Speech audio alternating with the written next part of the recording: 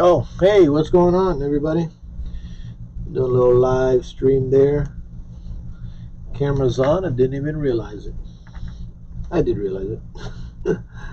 Got myself here. What do I got? Shoot. An XS Max.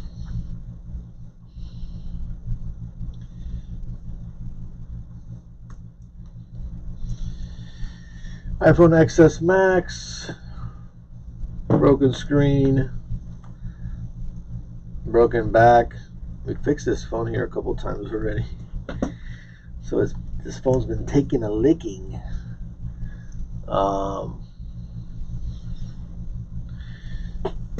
So we're using, what are we using on this? On here, we're going to be using the regular LCD. This is the most economical screen you could put. It's actually not OLED, but just regular LCD. So if you got a phone that you're going to turn in, or you just don't want to spend the extra money, it's like, I think it's like $30–40 less than the soft OLED. So customer feels, hey, I break this screen so often, throw the cheap one there, because it's not going to last too long anyway. So that's kind of the plan there.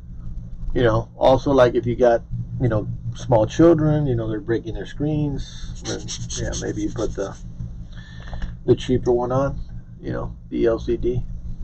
Also, the LCD is going to consume more battery. So that's a little bit of a drawback, but I don't know if it's enough. Like, I wouldn't know a percentage or a number. Is it 10% more battery? Is it 30% more battery? I would say if it was 10%, maybe that would probably be like the max. I think would kind of make sense. Anything more than that, 20–30%, that can start adding up. So something to consider. It's a financial decision. If you got a broken phone and you got X amount of dollars in your pocket and you need your phone, then yeah, get whatever you got in your pocket's worth for your screen.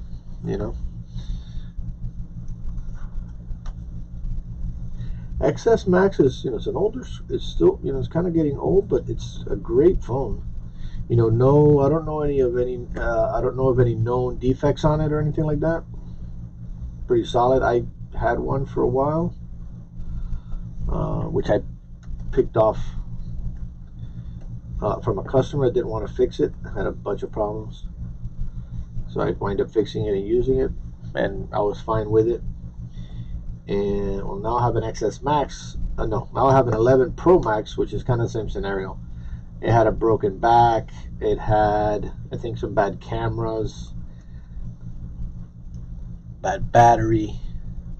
It was kind of a mess.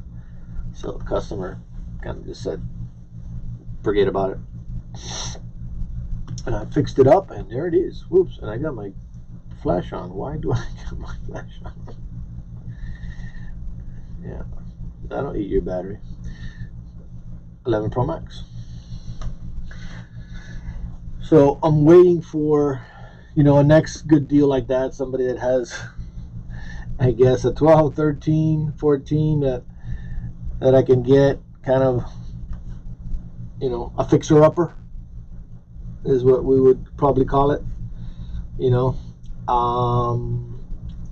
I don't want to spend $1,000 on a phone.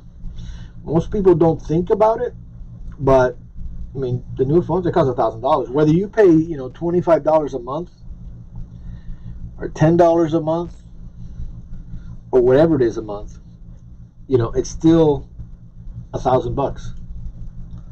So, finances a 101. Like, you go buy a car and they say, don't worry about it. It's just $300 a month, Yeah, for the rest of your life. So, you still got to look at the total ticket.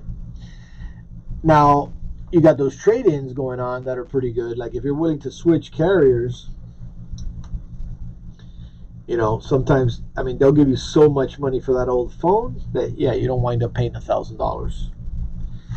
because your old phone is worth, you know, $150 and they give you 600. So that's not a bad deal. You are now stuck with that carrier, but you know, I don't think that's really a big deal anymore, because, you know, I mean, we're not switching carriers every 6 months. You know, it's not like I'm going to use my cell phone and then I'm not going to use my cell phone anymore. You know, like a Netflix subscription, right? You know, oh, I'm getting rid of Netflix and I'm switching over to Disney Plus or whatever it is. It's not like that. You know, you're going to have your cell phone and you're going to have a cell phone bill. They're all in the same ballpark, kind of. You know, there's not hundreds of dollars of differences. There's probably $20 difference in one plan or another.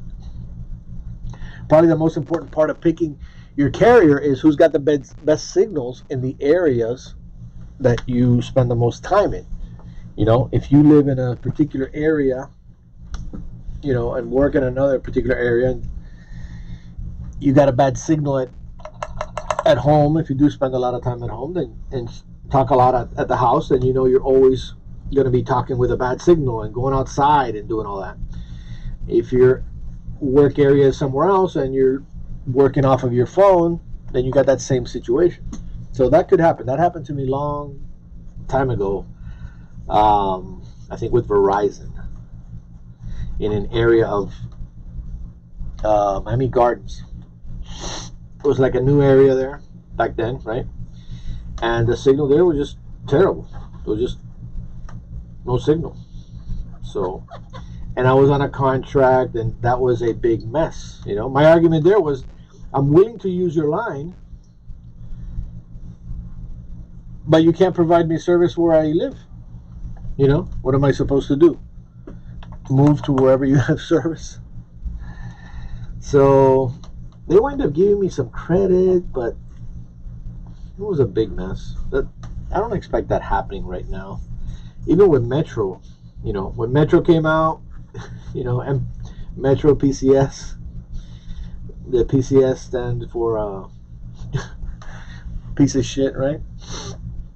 It was cheaper, but you know, keep your fingers crossed and go outside and stand on your head and face, you know, on a east or west or whatever, try to see if you can get a good signal.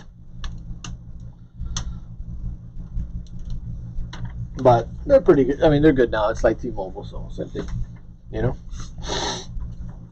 We don't got to worry about that anymore. So, not gonna bore you. Just wanna let you know what we did there. Pop the ear speaker. That's good to go. Gonna put on the sticker and close her up. Just want to let you know what's going on today, right here, right now, at PC 911.